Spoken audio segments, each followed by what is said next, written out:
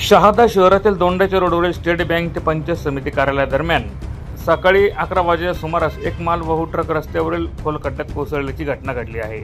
या घटनेमुळे काही काळ परिसरातील वाहतूक पूर्णपणे ठप्प झाली होती। निकृष्ट कामामुळे रस्त्यावर खड्डा पडला असल्याची चर्चा घटनास्थळावर नागरिकांमध्ये सुरू होती। सुदैवाने या अपघातात कोणतीही जीवितहानी झाली नाही।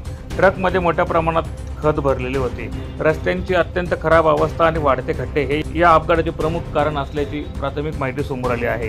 ट्रक अडकताच परिसरातील नागरिक आणि वाहन चालकांना मोठ्या त्रासाला सामोरे जावे लागले। घटनेची माहिती मिळताच शहादा पोलीस ठाण्याचे कर्मचारी वाहतूक पोलीस तात्काळ घटनास्थळी दाखल झाले।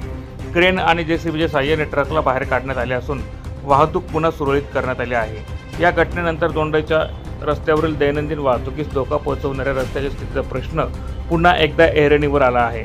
स्थानिक नागरिकांनी प्रशासनाकडे तातडीने रस्त्याची डागडुजी पुनर्बांधणी करण्याची जोरदार मागणी केली आहे।